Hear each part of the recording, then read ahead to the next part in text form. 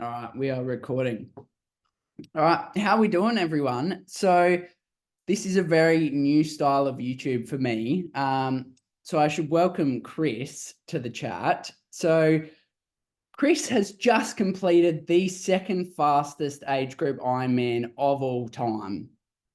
So for everyone watching, Chris and I actually first connected about a year and a half ago.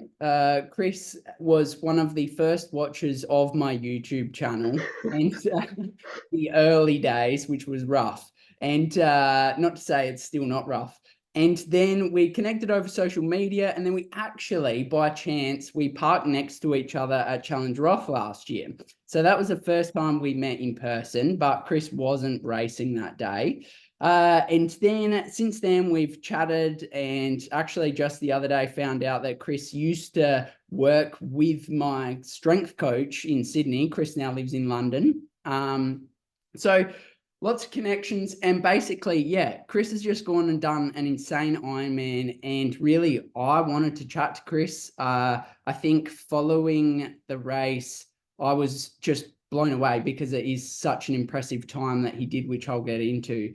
But what I felt was watching the comments and seeing the, what I would say, lack of praise for Chris really surprised me. I think that there was definitely a tall poppy syndrome, and me knowing Chris, however, quite briefly, I knew that he was a hardworking, good bloke that has put the work in to achieve this. And so I just thought, even though my platform is quite small, I would want to get on, have a chat, and let's dive into what this man has really achieved and how attainable it actually is for all of us if you're willing to do the work. And I think that's what Chris emulates. So briefly, what was his results that has got me so impressed? So Hamburg, he swam 55 minutes flat on the dot. For 180 Ks, he rode it in 4 hours and 7 minutes and 44 seconds with an average of 273 watts, normalized 280 watts. And then he ran a 246, 357 per kilometer. And to top it off, a heart rate of 140. I know. So what, your total time, where have I got that written down? Your total time was 7 hours 55? That's it. Yeah. Yeah, 7 hours. I don't know. Yeah, I don't know the rest, but Yeah. So we're just going to kick this off. I've got some questions that I'm really interested in finding more out about Chris. So Chris, tell me, when did you get into triathlon and endurance sports? shit. First of all, what an intro! What an intro. Thanks, mate. I wasn't expecting something like that, so I'm sweating now. But no, I appreciate it. I really appreciate it. And one of the big things is I just do this for the love of it. So I'm never in it for any praise or anything like that. It's just for self-development and always progressing and whatnot. So as much as, yeah, you might think that it hasn't got what it's after, then for me, it's just every day type of thing. And I'll keep chipping away. So I appreciate your praise and all of that. In terms of when I started getting triathlon, so stepping back, I did my physio degree in Sydney, and I ended up having shoulder surgery back in 2014, 2015, and I gave up my sort of Aussie rules career, or whatever was left of it. I played a few years, but then with uni and living in Who were you Sydney, playing? Who were you playing with? I was just playing for my local club back in where I grew up. I grew up in Wagga Wagga, so I was playing for the local club there. Then we moved to Wollongong for uni. I was playing there. Then went back and I was playing for one of the country towns in Lockhart. That was a great time travelling back and forth from Wollongong each week. And then I ended up playing my final season where we won the flag. So that was my last game. Was we actually won a premiership. But I ended up dislocating my shoulder a number of times and ended up having surgery when I moved up to Sydney. So I thought to myself, that's probably put a pin in the Aussie rules for a little bit. And I started to pick up running instead. And like any good physio, you have surgery and you think that you can, you just have superhuman healing powers. And I did nothing for my shoulder. So I just started running and then years went by and from the running, sort of progressed into meeting a lot of friends in that sort of circle, and then we started to do we decided to sign up for a half Ironman. So that was down in Husky, which is one of the best Australian races by far. You know, just the atmosphere and everything. So What that was year my was first that? one. That might have been a 20. That must have been a 2015, Okay. something like that. Maybe 2015, and I'd never swam. I signed up in the November, and it was in Feb, and I hadn't swam more than 25 meters. I still remember the pool. I went to Ride Pool in Sydney, and I couldn't swim 25 meters. Like, I was just absolutely gassed. So it's And about 9 years ago, just for perspective. We're 9 years yeah, ago. So from 9 years not swimming to then a sub eight yeah. Ironman. Yep. I think everyone thinks Australians can swim, but when you grow up in a country town, it's all just land-based sports, and never really learned. So from that, but the exciting thing was the challenge, and I knew that with the swim that would be it. So just decided to start testing the waters there, and try, and ended up doing the Husky long course, and from that just got the bug, and had some really good friends around from the run club and whatnot, where You some remember, of us. just to cut you off there, do you remember, did you do decently? Did you do rubbish? Like, what was Oh, I your think I did level? well. Yeah. Yeah, I think I did well. But I think for the where I was at, I think I ended up swimming maybe about a 35 or 36 minutes Which a for lot a of people, 2K. yeah. Yeah, I think I rode maybe a 2 like 30 something, and then I ran maybe a one under 130. I've always been a bit of a runner, so I think that was all right. But the thing I do remember most is I trained on eating sandwiches, and I still remember I had clip-on TT bars, and I remember I had packed a Vegemite sandwich in my back pocket, and I remember in the TT trying to undo the Glad wrap, and I took a bite, and I reckon I bit into half the Glad wrap and ate that. So I reckon it would have been so funny overtaking other age groupers trying to eat this sandwich in the Hey, just TT you bars. mugging on a sandwich. Yeah. But I just got the itch from that, and I think I might have even cramped on the run or something like that, and I just knew that there was always a little bit more in me, and then from that, just ended up. Then I think I signed up for my first Ironman maybe the back of that year. I think I did Busselton 2016 or something like that. So that was the year where they cancelled it because of the sharks. It might have Okay. been 2016. So that was the last time they were aiming to swim around the pier. And I remember I'd done a good lot of training, and still just didn't really know what I was in for on the day. And there was no swim, so I went way too hard on the bike. I think I went through the first maybe 90k in 2:25 or something like that, and sort of for your first Ironman, and then I ended up cramping 130 kilometers in and got off the bike. And I remember I had friends there, and I literally stepped off the bike, and my legs locked up, and I couldn't walk the bike back to the T2. And then from that, I ended up running the marathon. It took me 5.5 hours, but I cramped the whole time.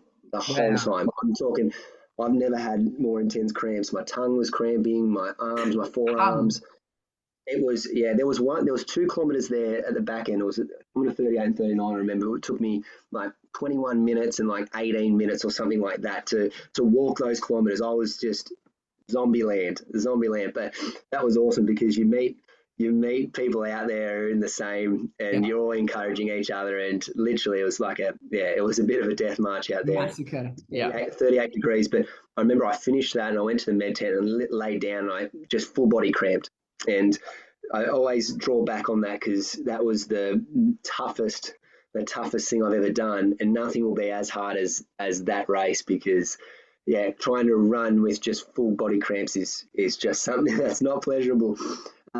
But I was so happy. I think it's probably more so just being I was a uni student at the time, being a cheap uni student. I didn't want to let my $1,000 go to waste. So I was like, I'm going to Yeah, finish I this. know. So I have been in that boat. I raced with pneumonia. I did a 70.3 in Port Yeah, Macquarie about 4 years ago, which very much was not a good idea, and it ended horribly. I finished, but yeah, it was exactly because I was like, I've paid $500 for this. I'm not letting it yeah. away. Yeah.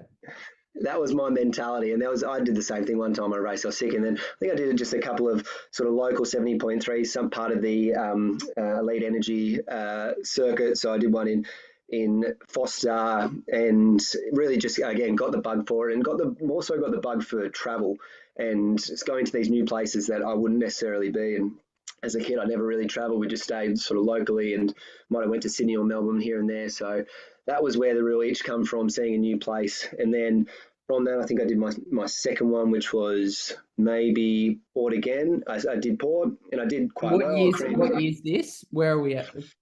That might be, maybe that was 20, or maybe I went back to Busso first, but it might have been 2017. I typically did about one a year after that, or two a year. And at this point, have you got a coach or? Yeah, so I started off and did my own thing, but then I was linked, or the practice I worked with back in Sydney were linked with the Balmoral Tri Club, and Owen Matthews was my coach then, and he was great. He was a great step or foot in the door and taught me a whole lot. So that gave me a lot of guidance. I remember my schedule because I was working. I was working at this stage. I remember I was working full time, and then I was doing work with the Giants on the side, and I ended up having travel on the weekend. So looking back, I don't know how I did it. And same with the missus. I don't know when I was seeing the missus because it was weekends travel and coming back, but was able to, tick off the training and, I prepared really, really well, but I don't think I truly knew what the demands of an Ironman were. I knew I could do the training and then, putting it all together. And I think it took a few races for me to really sort of understand that. So I did Port. I think I finished Port at around 9:30 one year. That might have been 2017. I went back to Busso.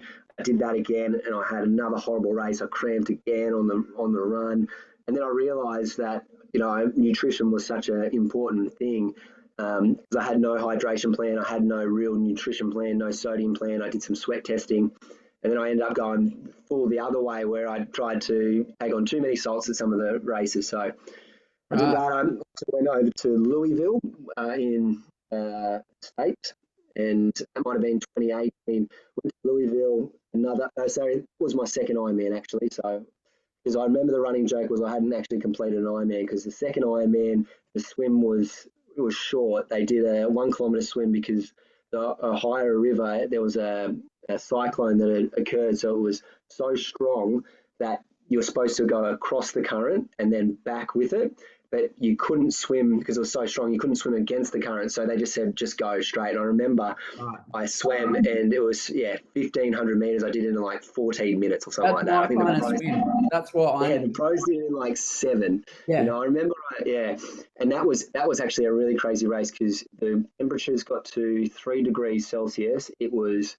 really cold and freezing. And again, I had no gloves, no wet weather gear or anything. Like I was just full on, had no idea what I was in for, but ended up having a really good race there. And I think I actually ran a 3:10 or something like that off the bike, which was awesome. So I was really stoked with that. And then I went back to Busso, and then I went to Port, and I ended up doing a 9:30 at Port. But each time I've just progressed a little bit and made small improvements, which I was absolutely stoked with. And then COVID hit, and I think that's where I really put the foot on the gas, where I said, again, because I just love training. So it wasn't a case of me stepping away and needing a race. It was just something I realised that I'll always do, and I always do some sort of training. So put the foot on the gas, and I think that's where I still really started to make leaps and bounds. And I met a great training group in Sydney across that time, and for a few years we were doing some every Tuesday, Thursday, and Saturday we're out on the bike at 3 a.m. doing 3 hours, and then we'd go to work. And then on the weekends, everyone had kids, so we'd get up at 3, we'd finish by 9, and then they've got the full day with the kids. So I look back on those days and go, shit, they were, I don't know, again, I look back and go, I don't know how I did it, but you did it, and that set me up for where I am today. And then the last couple of years I've sort of we planned to move across to London. I went to the US and I did a race in Arizona, and that was the big moment for me where I got a result that I was really proud of, and I knew that I was capable of, but to put it together, I was just really happy, and that then instilled the belief in me. So I went to Arizona, and I wanted to go sub-9. Yeah, what was that result? Yeah, so I went there and I wanted a sub-9. I thought I was in great condition for that, and I ended up doing an 8:48. I think I came maybe 4th overall. I won the age group and I got my ticket to Kona. So I took that. I ran a sub 3 off the bike, and that was where I was like, yeah, this is all the training. At this stage, I was self-coached. I sort of stepped away, and during that COVID, I sort of just did my own thing and whatnot, and then ended up going to Kona that year and made all the mistakes that you make. But I did a lot of heat prep stuff, which was great. But ultimately, the mistake I made with that race was I ended up trying to replace my sweat losses sort of 1 for 1, and didn't recognize that trying to take in carbohydrate plus sodium can really cause the stomach to come upset. So I remember at 14 kilometers into the run there that I just remember just not being able to take on any nutrition. And then again, it was a bit of a death march to the end. So, and this is wasn't the result I was after. 2020 or 2021?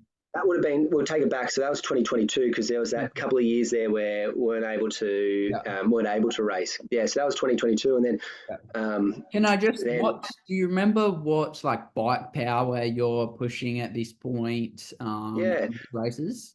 So I remember back when I was pushing back in Port, I remember my normalized power was always around about 220, 230. And then my average power was probably around about the 215. And then it would go up, by 5 or 10 watts every race. I remember Arizona was about 240. This is quite a consistent highway, one of those classic American races where there's not much scenery, but it's super quick. So I think I was 240 and I held, 230 average.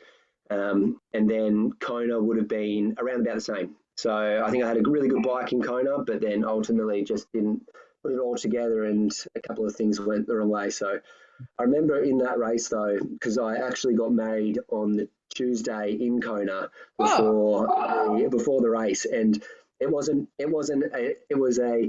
reason for choosing Kona was I had qualified for the race, and it was actually my wife's idea because she is American. She said, well, my parents are there, your parents are there, why don't we get married in Kona? And I thought to myself, there's no way that we can do it after the race because I'll be swollen, I'll be sunburnt. So I thought, let's do it on the Tuesday before. So that was so special. We ended up having a great amount of people there for the week, and it was just an awesome.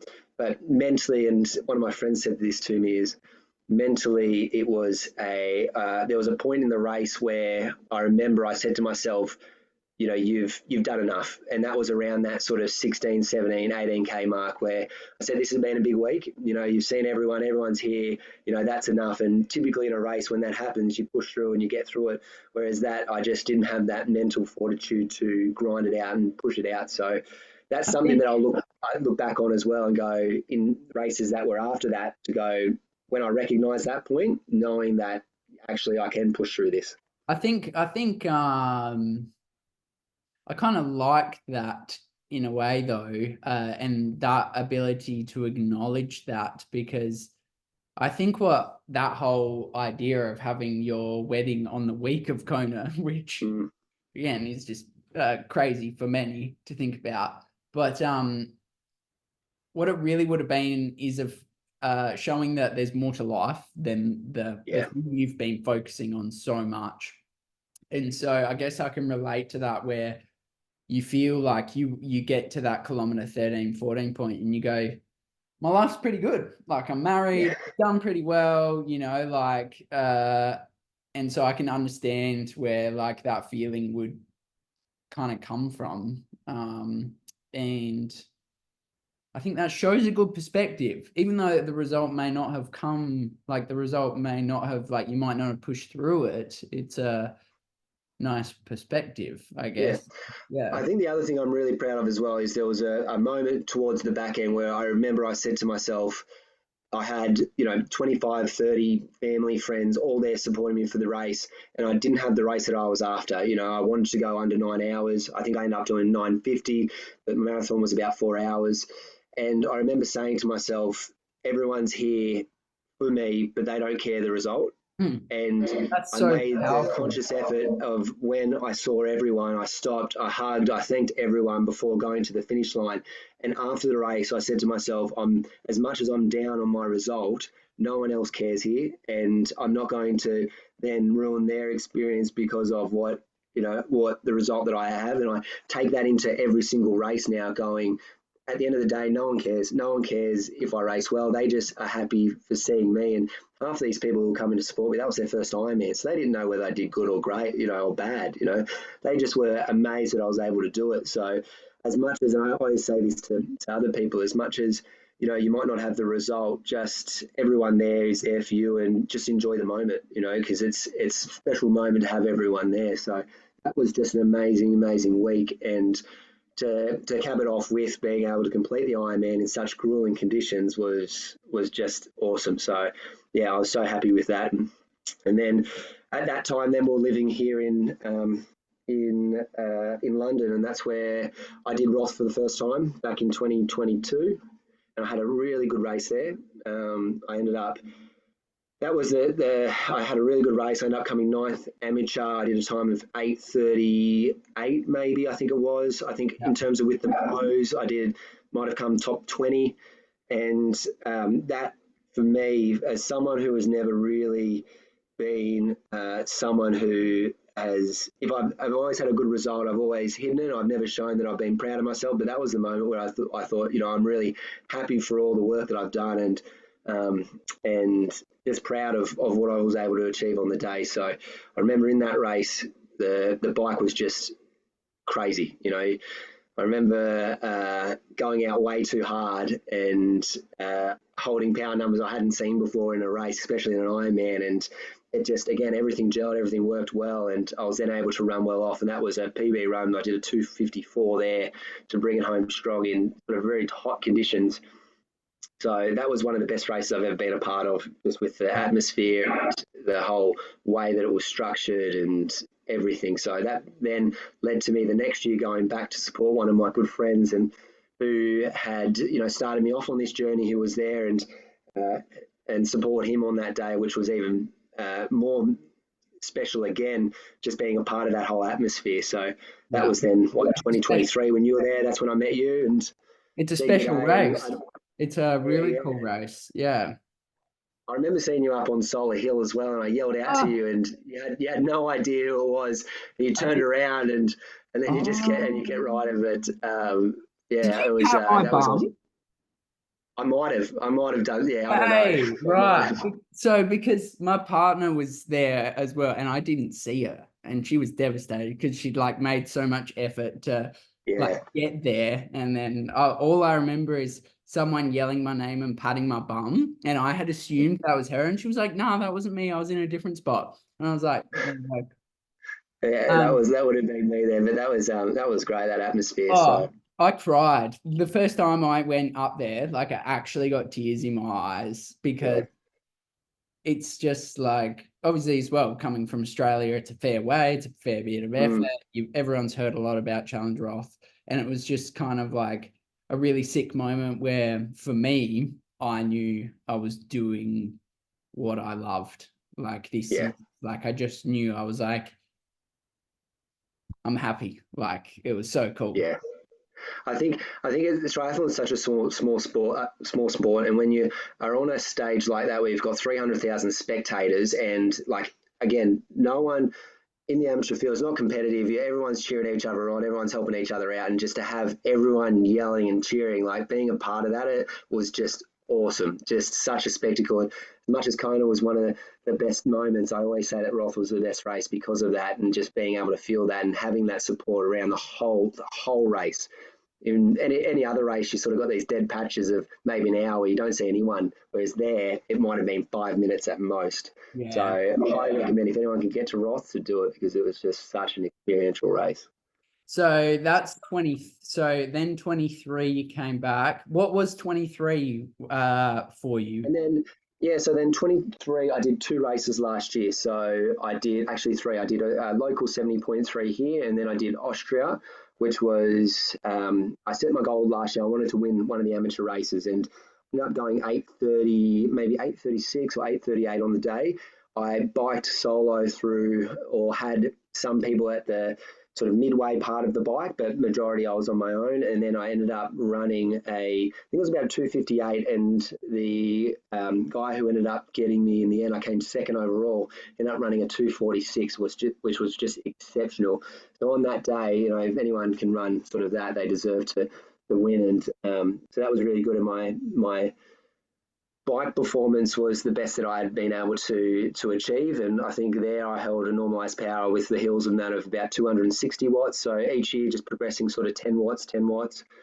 And then I was able to run off. But the back end of that run, I ended up faltering around 32K, where I started to really struggle with holding the pace. I went through the first sort of 21K at about 125 pace, or through about 125. So I was on for about 250, and then there's the back end, the pace started to fly out, and really struggled. And I put that down to I had a lot of injuries last year, calf injuries. I had a couple of back injuries, and that meant that my run volume was quite low. So I put it down to that, not having that durability towards the back end, just because I hadn't been able to run as much as I would have liked. And I think I've always been a bit of a volume guy, and I respond really well to that versus not as much. So that's been a big change this year, which I think has then led me to be able to run well off. So that was in June, and then I wanted another fast race where I set myself a goal of a sub 230, and I said to myself, I'm going to do 230, and I went to Almere, Challenge Almere, which I knew was a super fast course, and there I ended up going 8:28, and I ended up coming second again. There was 2 races going side by side, so you had the European Championship. They set off about 15-20 minutes ahead of just the age group race.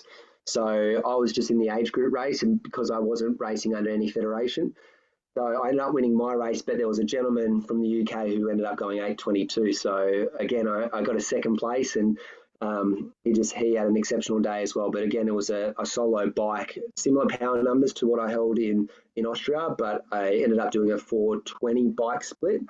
So I was really happy with that. And then the run, I ended up running about a 3:03 or 3:04. So again, I took a more conservative approach on this race, but towards the back end, just started to falter as well with a couple of calf niggles and things like that were that had happened during the prep. So then, fast forward to this year, and I wanted a fast race, and I set myself a goal of now 8:15, and I thought that I could do it just with what I was able to do, and knew that I always had a bit more. Each race, I knew I was able to progress a little bit on the swim, the bike, and the run. So I thought in Hamburg that 8:15 was going to be attainable, and I was able to well surpass that, which I'm absolutely stoked with, and still can't believe. But it was just everything's gone well in the last 6 months. The training's been super consistent. I think I said to you, I lost 2 days to illness, which was towards a few weeks out. And rather than it probably being a hindrance, it's probably a blessing in disguise to sort of take that rest then. And I didn't have any health. So going into we'll go 6 months before Hamburg. Yeah. So what was your recovery after those races in 23, then leading into this? So did you have downtime? Did you have a Christmas?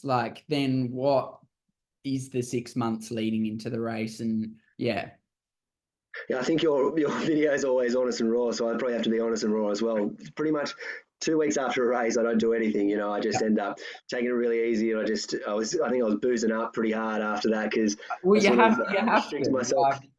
With each of those races, they always come at a time, and then after, I always had a lot of social events. So I did 2 weeks of that, and then go backwards. But then I think after that, I sort of said, no, I'm gonna give it a real hot crack next year, and I actually went a little bit more just sort of strict in terms of social engagements will go, but potentially not drink and things like that. So I had a couple of weeks off, and then I had a trip to Madeira where I did an ultra run, and over that sort of early off season.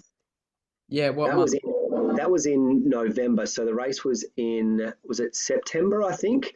So it gave me a few weeks off, and then a few weeks start to build up, and I did a race in Madeira, a 50K ultra, and if anyone's ever been to Madeira, they know just how beautiful and sunny it is. They call it the Hawaii of Europe. It is just immaculate, just beautiful forestry, mountains. You got the ocean that connects to these cliffs.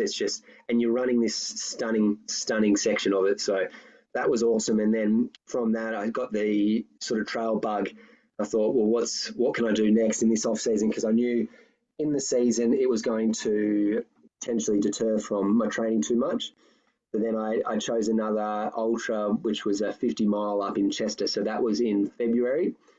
And that was the longest one that I'd done. So sort of leading in, I did a lot more run training. Now, it wasn't as if we did huge volume, but I went from last year doing 30 to 40K average a week up to maybe 50 or 60, but it was just the consistency in the volume. And then I also kept my swim and bike training up. And I think I started working with my coach, Bevan McKinnon. It was just after Kona, that 2022. So we've been together for 18 months now. And I think his approach has been perfect for me, and it's worked really, really well. But we don't do big jumps up in anything. It's always been progressive and slow and small increases.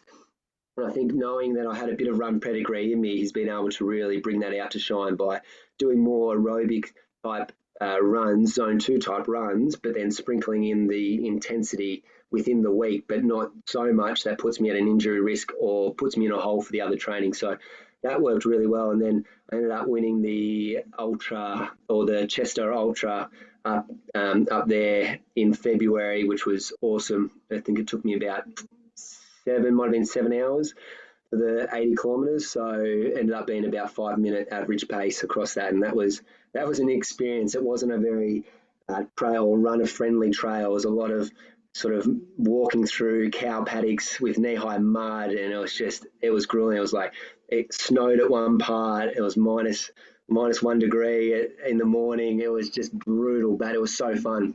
And then I think that just really set me up for the season in terms of I had done the run training, and then I was able to then move into more bike and swim specific stuff. So this is where I start to get more fascinated, I guess, and want to know all the details so that I know what I have to do to beat you. So let's just start off with the one I'm most interested in, and that's your bike work. So you got, I don't know, start where you want to start, but say 6 months, did you do 2 months mainly aerobic, 2 months race specific, or is it very consistent over a few months? Or and then break down, like, I guess, what does your week look like? Your Tuesday, Friday, whatever ride. And how did you know, like, did you know that, what was it, 270, was going to be your race pace? Like, hit me. Yeah, I think the bike training stayed pretty consistent over the last 6 months. There was times where it peaked, and I did a training camp up over to Tenerife, and just having that luxury living in London to be able to travel and do a little bit of that. It was solo, so I went alone and just rode for a week, which was awesome, explore a new part of the world. So that week was around 14, 15 hours, and that's where I respect my coach so much, because I think most of the times you have this training camp and you'll get thrown volume, whereas he sort of understood or looked at what we were coming from to that, and we're like, well, we don't want to put you in a hole. So as much as I felt like I could do more in or when I was there, where I came back and I was still fresh and were able to continue on. So it was the perfect amount for me. But my bike volume always sits around 9 to probably 12 hours a week. So that consists of a long ride on the weekend. And how long is your long ride, and what kind of wattage are you doing? And is that trainer or outdoor? Yeah, so a combination of the two. In the winter, it will be trainer, which is absolutely brutal. But those sessions in the winter might only be 3 hours or a little bit over, maybe capping at 4, just because mentally it's quite tough. And I use your videos to get me through, as well as I consume a lot of YouTube content. As we all do on the winter, in the winter is a lot of indoor work, and then around that, to support my other sessions, I might do aerobic sessions or recovery sort of. I'm just going to cut you off because I want more detail. Yeah. What power or heart are you focusing on that on your long ride, or and when you're riding on the trainer, are you using Zwift? Yeah, I'm a big Zwift fan, so absolutely love it. So my power numbers for those endurance rides are always what I deem to be zone 2. I use a lot of heart rate, so it'll always be around. I might end up between 200 to 240 watts, but okay, really, that's fairly high. I'm never really going hard though, if that makes sense. Yeah. So if I was just easy spinning, so like last night I did something, I think my average might have been 170 or 180 or Okay. something like that. So going out on the roads and riding, it could fluctuate with that, and that would be normalized. So then, Yeah. average power, sorry, is going to be a little bit lower than that. So yeah, my aerobic rides, but to be honest, I deem it, or a lot of them are actually really just very, very comfortable, and my heart rate would be sitting around anywhere under 120 for a lot of those Yeah. rides. Which So is yeah, crazy. really just spinning the pedals, and I think a lot of people do think that junk miles, or they call it junk miles, whereas I actually really see it beneficial, and I really tolerate it well, and it supports my other training. So Indeed. and essentially the specific work that we've done a lot of sweet spot work. So we've sort of used the theory of critical power, looking at 3, 5, and 12-minute power and Yep. W prime based on that. And then What's that's then, can you hit me? What's your 3 minute, 15 minute, 10 minute? yeah, I'm not too sure what the numbers are, but I know that my critical power will be sitting around 350. Yeah. Say that's built up over the last couple of years by probably a good 25 watts, to be honest, from this type of training. Yeah. So at any point when we retest, we sort of get a gauge in terms of where we need to go. Is it a case of we need to do more VO2 work? Or is it a case we need to do more sweet spot work? And we've done a lot of sweet spot work. So What's your there would sweet be spot? sitting. So there would be sitting at around 93 to 95% of my critical power. And it would be from, say, 8 minutes anywhere up to, I think the end, we were doing 20 minutes leading into this race, which was sort of a longer duration. So But 20 minutes at around 330, 335 watts? yeah, so it would end up being, yeah, close to that. It might be three. I think in the end it might have come down to about 90% for the 20 minutes. So I was holding about 325 or something like that. And is that And one that then rep? would give me, yeah, yeah. Okay. So that would then give me, or my heart rate would be underneath what I deem my LT2 or my threshold heart rate.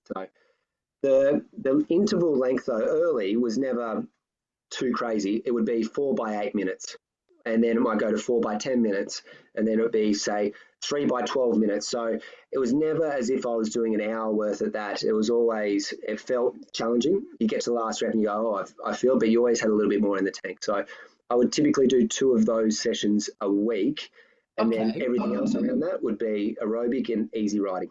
Right. I love that. That's so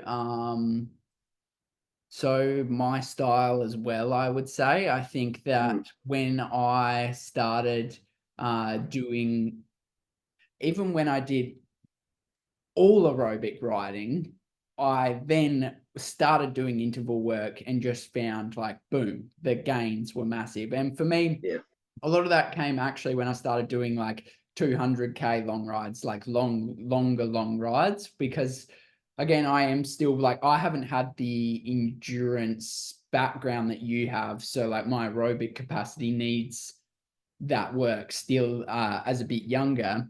And so, but once I really worked that aerobic capacity properly, the gains translate so well to high power as well. And I think a lot of people getting into the sport, they focus far too much on the power work when really they would get the gains and be more recovered and be able to do more if they just spent more time in that zone too. Like, again, you're saying you're pushing this power, but your heart rate's sitting at 120. So Yeah. most people cannot comprehend that. And that comes from, obviously there's a genetic and difference in everyone depending on your heart rate and who you are. It does operate slightly differently, but also there's just a large component that shows the massive aerobic capacity that you've developed. So Yeah, and that's it. It's come over many, many years of many, many miles, and I've made all the mistakes. I've gone yeah, way too hard and had to pull it back. But now I have a really good understanding of where my body is, and I understand that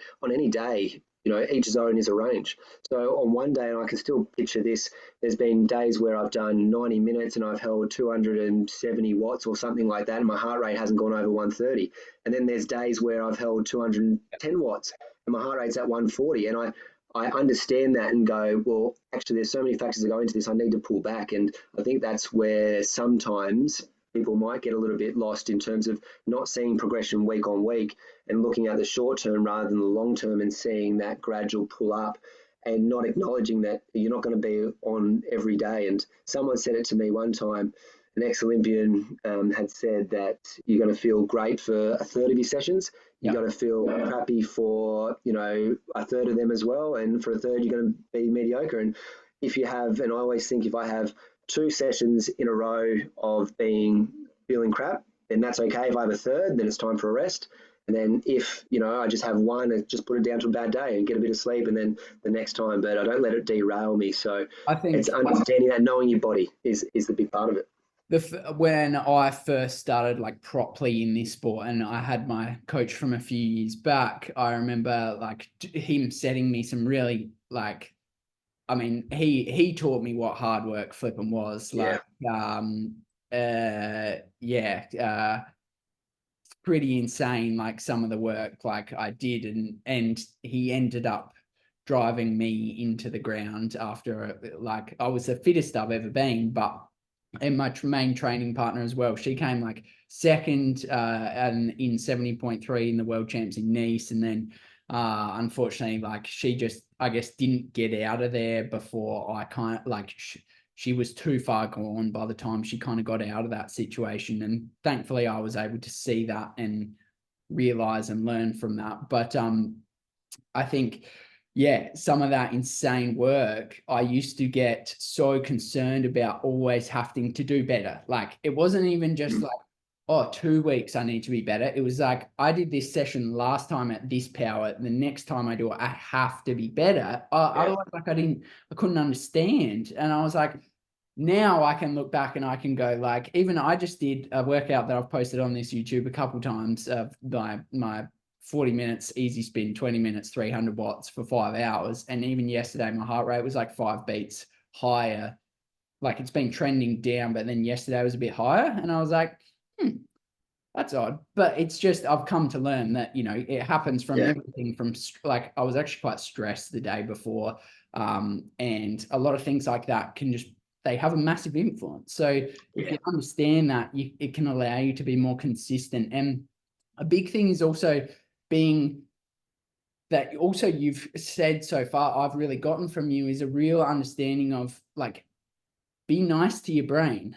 Like your approach is very stable and calm. And like, I feel like if anyone was to hear that your bike training and the fact like, it's not flashy, like there's nothing that crazy there. But then if you hear, he's just rode 273 watts, a normalized 280 for an Ironman, like, maybe there's something in this consistency that you've produced. And again, I've found that as well, even, and I've talked about it a little bit on my other videos, is I've always found the gains just really like shoot up when you can be consistent. And even if the work is not miraculous, and clearly that bike work is a testament to what consistency does. And I think we can all learn a thing from that. Yeah. And I think that's the key, that word consistency. And that's how I always approach it is, I look at, what you've been able to do. And when I first started out, if I missed a session, I'd be down on myself, or I'd get frustrated. I'd be horrible to be around. Whereas now, if I miss a session, I'm okay with it because I know the body of work I've done leading in has then, I might need that break. So I just, with that consistency, that is the key. So a lot of, and I try to instill that in everyone, which is tough when you first start out because you want to do everything and everyone is so keen. But I've made the mistakes, you've made the mistakes, and pushing too far the other way can be detrimental. So it's just taking the long-term approach for me has worked. As much as in the moment, you always look at other people and go, oh shit, I should be doing that. But just it's a long-term game, and being able to stick true to that has allowed me just to progress little bit by little bit and stay injury-free, which means you stay consistent. Now I've had a couple thoughts pop into my head here. And one is rest. Okay. So rest is the thing we all don't like. It's something that I've learned the hard way when I went to Europe last year and I had my knee injury, and I realized I couldn't actually do the run in Roth and everything that was going through my mind there. And then I got really, really sick when I was actually in England, and that set me back for a while. And then it was this whole process of going, well, I can't run. I've been sick. Like, I cannot produce the performance I want. Like, so do I want to waste my like 4 weeks with my partner, you know, focusing so much on training when really I'm not going to, or do I just enjoy that I'm here in Europe, do some epic rides? I rode up Alpe d'Huez, like do some sick stuff, but really like my training was very inconsistent and not what anyone would do to prepare. But what I did learn from all that was then, so I think my average power was about 265 in Roth, with it, I think it was around that. But I was really happy with the performance because I had no expectations, because I had done like no bike training for about 4 weeks up to that point. So, but what it did tell me was, when you have been consistent and done the work, it's incredible how much rest your body can have, and yet that work is still there. And so I think I learned, it gave me a lot of confidence to take rest and to know that leading up to a race, wow, I can actually like back off, be fresh, and not only be fresh physically, but mentally. And that can actually promote a far better performance than going in like right on the edge. And so I guess, what's your taper? What's your, tell me about rest, I guess, your concept of rest. So, I mean, we don't really take the week off. We set a schedule that I'm consistent with time, but there are times where I might need 2 or 3 days. So we do a block, and maybe my coach then realise, hold on, it's the start of the week, but that's all I need, a week off. So this can comfortably do that from. And the recovery for me comes alongside my work hours. And when I know it is busy at work and I know I've got days, I know then I need the rest to then help to that, and then also recover from the stroke. For instance, my Monday at work, and then Wednesday I have a little bit of a lighter workload, so I can do a little bit more. Thursday I do a big day. I start at 7, I go to swim squad at 7, I finish at 6:30 at work, and that's the only thing I do for that day. And if I was to do something before that with work and all that, it'd be too much. But then I make the effort of fueling right, make sure that I recover. So I fuel for the session, I fuel in a session, fuel after a session, and I prioritise sleep. So that's a big thing for me, and it's tough here where the sun comes up and 10 p.m. it goes down, but I try to be in bed early to try and get 8 hours. And I've recognised that if I get one night of 7 hours sleep, I'm okay. If I have 2 nights, I start to really tether, and nights I'm absolutely cactus. So if I can make sure that I'm then banking 8 hours, then I do that, and I prioritise that, and that recovery for me allows me to be consistent. So no hero sessions or no full rest days planned into a week. It's just recognising what your work schedule is, and then how you can maximise. And it's always an evolving thing, because hours might change, things might change, have social engagements, but you've just got to recognise what's going to sort of pull out or take out of that bucket, and you need to replace that and put that back in. So that's how I do approach it. I hope some people can draw from that and recognise for them that so many other things go into sort of the whole load aspect, not only physical but mental.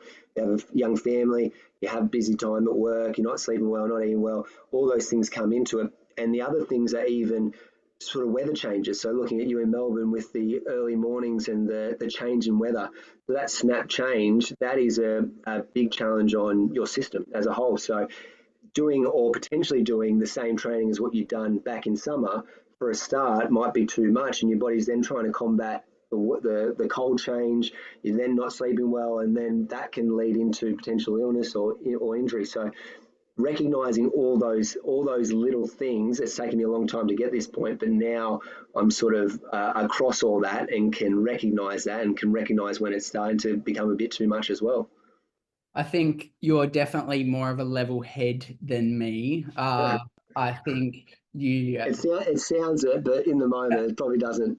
In hindsight, you go, "Oh yeah, it makes sense." But I think I always reflect, which is a big part of it. And maybe a year ago I wasn't thinking like this, and then you reflect on, and you go, "Ah, I see," and then you reflect, and you can then implement things as you know they've worked or they haven't worked, and then change. But I think that's a big thing, and that's what physio has really taught me, is you've got to reflect back on patients, the ones that have done really well, the ones who haven't, and then think about what you can potentially change. And it might sometimes be something small, or it might be something big, or it might be nothing. You might have done everything right, but reflection is always a key part in this journey, especially when you bring it back to recovery and figuring out what you actually need.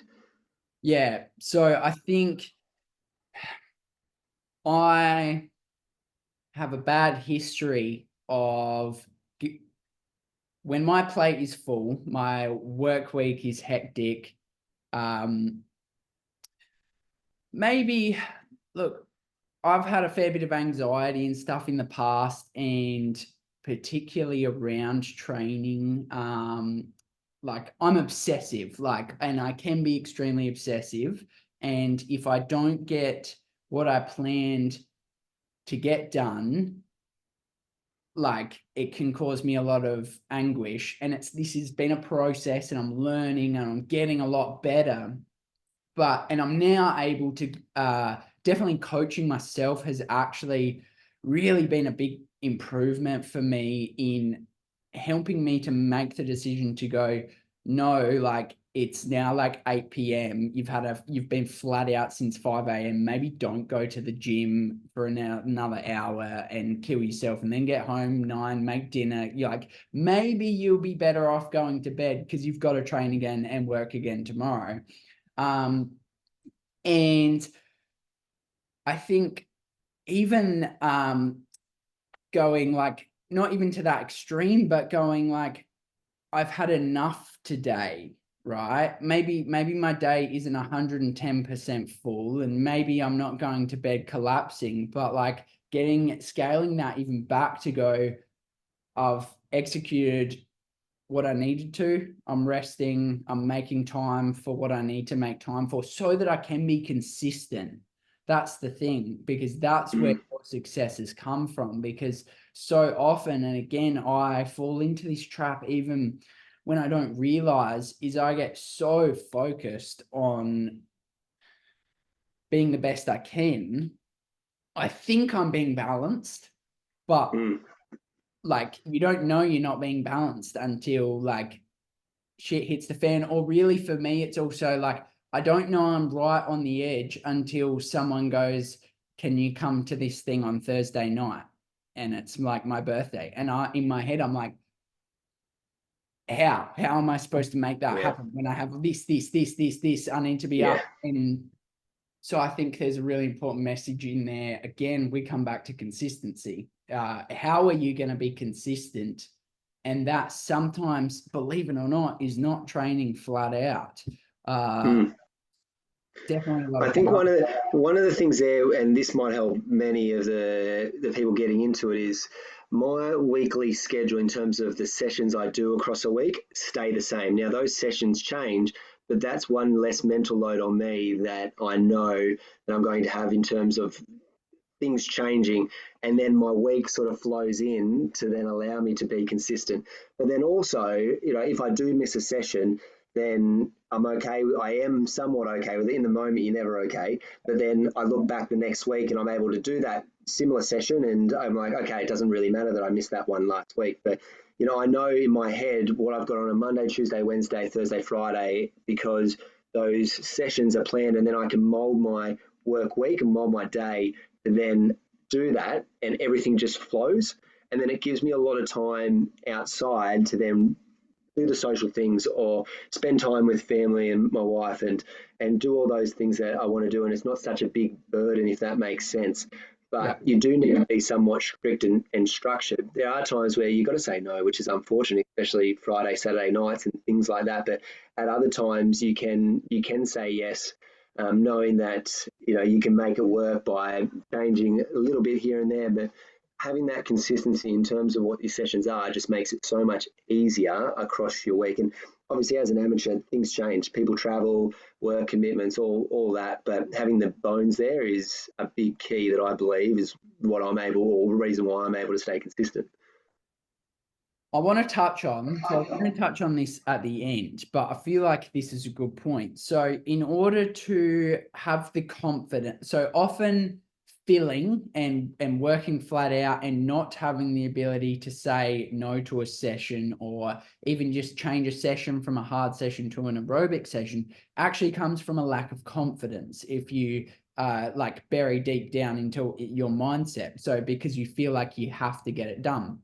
So the ability to say no actually comes from a place of confidence. And so can you tell me more about your confidence in yourself? I think as well, another thing, that consistent non-fancy training, and then the ability for you to stay so focused on yourself. Like I think, we can easily lose track of the fact, like, you've just done a 7:55. There are a lot of professionals that have not achieved that, or dare I say, are a fair way off that mark even. And yet here you are, a physio in London, working full time, and you've achieved that by staying consistent. So how does your self-belief and confidence allow you to just focus so much on yourself, like, and not worry about what other people are doing? And how has that led to your result? I can pinpoint a period or a point where I had a patient in Sydney, and this will flow into sort of the mindset thing, but she was telling me about a podcast she listened to. It might have been a Tim Ferriss podcast, and how he was saying in that journaling, if you tell yourself something repetitively, you start to believe it. And for her, it was, she didn't enjoy swimming. So she would tell herself that she loved swimming, and then slowly her mindset started to change. And I picked up on that, and I grabbed a journal. And I started 4 years ago, and I journal pretty much every single morning. There might be some where I don't, if I'm hungover or something, but I started to write in that journal, I love swimming. And I went from hating sessions to absolutely loving it. And then that journal has evolved over years and years. I still write I love swimming in it, just so, and I get excited about those sessions now. And I started to really write positive things. I always come from I've always been a positive person in terms of supporting others on the footy field and things like that. I was never negative, but I was always negative to myself, and I'd always put myself down to try and get the most out of myself. And I thought that was really powerful at the time. But when I switched my mindset to a more positive approach, I realized how much more I could pull out of myself, and how much I did truly believe in myself. And then that led, or has led, into the last couple of years being able to achieve these. And with my journal, coming back to the consistency part, is I talk, or I write in that every morning in terms of what I do, what I've done that's good, what I've done that's bad, and what I plan on doing for the day, and the majority of it is surrounded about the good things that I've been able to achieve. And then all of a sudden, what I saw, and this is more over the years, is just more and more belief in terms of what I've been doing. And I've told myself I can do it, and I've been able to achieve it. And I just find that is so much more powerful. And in races, I still draw on the negative aspect, but I don't allow myself to draw on that until the last 10 kilometers. And I tell myself regularly throughout the race, I can push through, I can do this. I tell myself these positive things. And then when the times get tough towards the back end, then I can draw on that negative sort of self or that negative talk to really get that last little bit out of me as the times get tough. But if you start to tell yourself negative things at the start on the bike, like I feel like crap, I'm not going to come good, my pound numbers are crap, it's going to be a long day. Whereas if you tell yourself, and this is what happened in Hamburg, I told myself I can weather this storm. I can go with anyone who is there on their day because I believe in myself and I believe that I'll be able to push through this. And ultimately, that was the reason why I was able to achieve something pretty spectacular on that day. So I think that is so much more, or that self-belief is so powerful. And I try to instill that in many people to then help them sort of get the same results that I've been able to do by just having that self-belief and telling myself I can, rather than I didn't do that and I need to do better. That makes sense. So yeah. I think, have you ever had a sports psychologist or worked with a psychologist or? I've worked with a psychologist a few years ago, and I found it such a powerful thing. Something I don't do now, but I recognise and I think back to all those things and conversations that we had that really did support. It was something completely different in terms of from the sports, but it has really sort of instilled a lot of things in me that has helped. Yeah, I think again, this is just all my area that I love to talk about. And again, because I feel like I've been on a similar journey where I'm finding as I go the power of your mind and your mindset more so is incredible. Yeah. And it comes into play not just athletically, but in your daily life. So me as well. So I journal every day, and something that I do is write 3 things I'm grateful for in my journal at the start of every day. And now sometimes, I'm not going to lie, I'm sitting there for 15 minutes just trying to think of 3 things. And that is the exact point of it, because what it does is it frames your mind. When you are focusing on the negative, you're going to see the negative, right? But when you're framing your mind into positive, you're more likely to see the positive. And so coming into racing, I remember I did an Olympic distance in 2021, and I remember getting onto the bike and I was super confident because I had just won the race at Husky about a couple of weeks beforehand. And I was super confident. And I remember getting onto the bike and my numbers were not what I was expecting. I was like, I had pushed 300 watts for the half Ironman at Husky. And I was expecting to then, obviously being an Olympic, push about 310, 320. And I was only seeing around 280. And I remember just being like, what is going on? Like, and I raced, I guess, with anger and frustration, which maybe worked out well, but I ended up winning the race outright by a fair bit. But what that showed me was that was completely negative. Like, I'm only like, there, like 280 was what I had on the day, probably because I had just demolished myself in a race about 2 weeks before, and my coach, never let up on training, and so rest was not a thing that existed. So the power of being positive in your mind to accept what is at the present, like you cannot change what your situation is or what you've got on the day. So reframing that to a positive is powerful and only going to produce a better result. Yeah. And in a race, I think there'll be times where, it won't go your way, and it might be 5 minutes, it might be 10 minutes, but then trying to pull yourself out of that and then try and focus on something else that can draw you out of that. And who knows, in 20 minutes time, 30 minutes time, you might come good and be back into that. But I think if you fixate on one of those things, or say if you get a flat tire, you fixate on that, and your race is done, then it is, but if you remain positive, who knows what you're able to achieve. And I still remember writing in my diary before the race, and this is how it played out, the power of self-belief. I wrote that I'll be able to go with anyone who comes past me on the bike. I have strong legs. I'll be able to weather the storm. And I still remember there was a point in the race where I said that to myself. I said, I'll weather this storm. I'll weather this storm, and came through it and was able to then push on and then go again and go again. I kept telling myself that, and ultimately, and I said in one of my posts that I was prepared to lay it all on the line. I wrote that in I my love journal. that. I was prepared to do it, to see what I'm capable of. And again, it comes down to, I've done all this training. The race is just the cherry on top, because I know that I'm in the best potential form that I've been in, from the training. And if I perform a race day, great. But so many things cannot go your way, and it doesn't really matter because there's another race around the corner. So I think if people can draw on that, then they can pull the best out of themselves.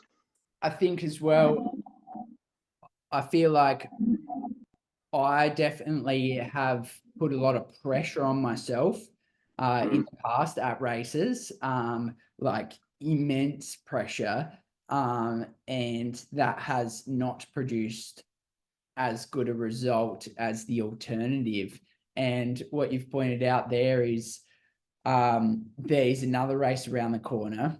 If it's your day and things work out and they go to plan as you've trained for, then great. But having that confidence to know I've done the work. If it happens today, great, but it might not, and that's okay, because I'm going to be ready to go again at the next one.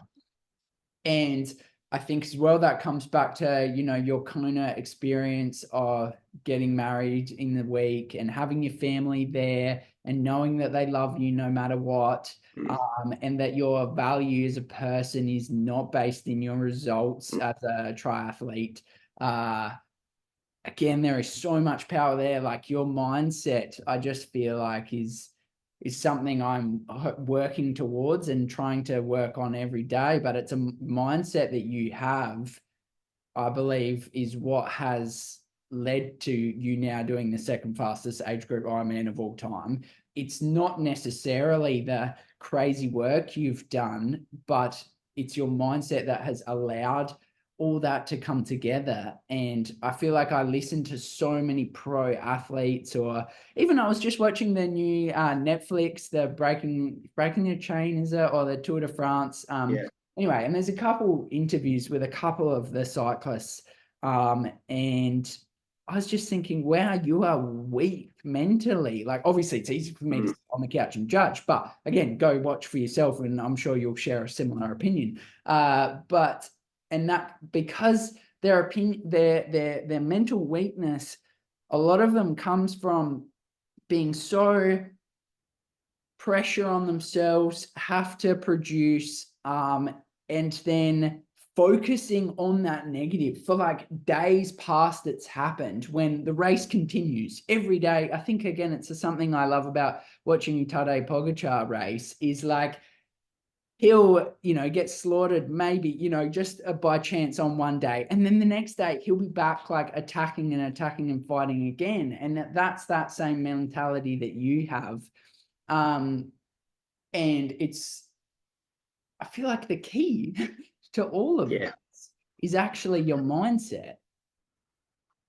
I think in the upper, like in the professional ranks and even in the top of the amateur ranks, we are all on a very, very similar playing level field. Obviously, there'll be some anomalies who are so far above, but I think the thing that then allows you to perform is obviously the mental side, and whether you can draw or whether you put a limiter on yourself. And again, I've never truly put a limiter on myself in terms of what I believe I can achieve. And after this race, I know I have more left in me, And you're stealing my next question, which is, so where to now? Like, what? Yeah, when are you going to stop? Like 7:30, 7:15, 6:50? Like, where are we going?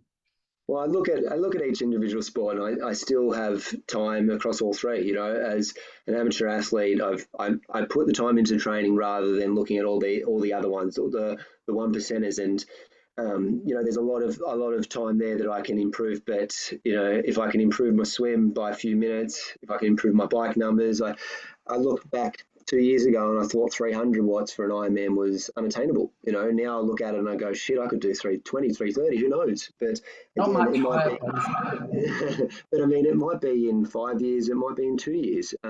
But again, I'll still be here, and ultimately, it doesn't matter if it takes so long, because I just enjoy what I'm doing. So I'm going to continue to race amateur at the end of the year for Italy, and see what I can produce there. And I'd love to be able to produce a race that's on the same level, sort of numbers wise, or but it might not necessarily be the same time. Or if I can even just race well, that's and finish strong. I'll be really happy there. And then next year, look to potentially jump up into the professional ranks. Again, it's Okay. as much as I'm positive, we all have self doubts, and I am not, or I understand that where I am, in the amateur race is towards the front. But in the professional field, coming out 5 minutes slower on the swim, it ends up being a solo day on the bike, and you've got to be comfortable with that and knowing that potentially you're going to just be doing that on your own, versus being at the front of the race, which you probably get a little bit of a boost about. So coming to grasp that is going to be key. But it's been a lifelong, or it's been a journey or a dream to potentially jump up into the professional ranks and race professionally. No, potentially you don't make money out of it, but just to do that for the enjoyment is something that I'd be really keen on doing. So that's then the plan for next year. And I'll sit down with the coach and get his thoughts and how we're going to address it and whatnot. But everything that we're doing now is working, so I don't want to change too many things. I just want to keep consistent, keep doing, and see where it continues to take me. Are you gonna focus it all on like getting your half time? So are you Ironman full distance? Because obviously, as you're getting to this peaky end, it is hard. We've seen again with other pros that it can be hard to really nail both. So what's your thoughts on that? Yeah, I've always done halves as a lead into the Ironman, and I know that I'm just Ironman specific. As much as I do enjoy halves, I just don't think that I have that bike power over a couple of hours to be able to, perform as well. But I really enjoy the grind, and I enjoy the grind and being out there for longer. So preferably I like to just specialize in the Ironman, but if there's races in between as a stepwise, and you can sort of see where you are in that 70.3 field, that's what I'd be keen on doing. But I think the Ironman is where I truly love and what I've loved to do and what I want to continue doing. So I think I'll focus more so on that side of things with the racing and the travel. So I guess that's the big thing I do love as well. And next year will be the same. Is I would unlikely do races that I've done before, because I want to see the world, and that's the reason why I moved here to London, was to see the world and to do this. So I want to look at doing races and go to countries I haven't been to next year for racing, rather than doing ones that I've done previously. So that's where I get a real sort of buzz out of racing as well. So what are we thinking? Ironman World Champs, Nice next year as a pro? Are we toying with that idea, or what's? Shit, I actually haven't even thought about that. No, I think it's just just see what I'm able to do. A lifelong. I mean, that's the next step potentially, is if you ever to get a world champ shot, you take it with two hands if you're racing professionally. But no, I don't. I think that might be somewhere in the future, maybe 5 years down the track. Again, I'm not putting a limiter on it, but yeah, who knows? I'll just keep chipping away and see what I'm able to do, and yeah. Well, I mean, I could keep chatting for an extremely long time, but this is almost an hour and a half-ish. So, Oh shit! in order, Hopefully people get something out of it as well, and they haven't tuned or switched off. I feel like just to wrap this up, I just want to emphasize that what you've talked about, really key takeaway for me, is the power of your mindset, the importance of consistency, having the confidence in yourself that you can achieve what you want to achieve. There is no limit. And all of this you have achieved while working full time. Not a small feat, and something that should encourage everyone that no matter what your situation is, work within that situation. Mm. And it's what you've done so well. And the more I get to know you, the more you inspire me. And yeah, thank you very much for taking the time to chat to me. I feel like this has just all been me just genuinely fascinated with all these questions, because and I've still got more questions, but yeah, thank you very much for chatting, and I really can't wait to see where you go with this and how things keep tracking. And to be honest, I'm actually just really keen to get to race you at some point, and Same. and really hope that we're both performing well on that day and can hopefully rip a good bike course, particularly. Yeah, I'm keen for that day. So yeah, Thanks, unfortunately, mate. I was saying Thanks to, for having me on as well, and I appreciate it and whatnot. Hopefully, yeah, some people take some stuff out of it and have stayed on this long and whatnot, and hopefully some people follow my journey as well. And yeah, we'll see what is to come. yeah, awesome. I'll stop recording here for everyone. So thank you for joining, and yeah, I guess see you at the next video.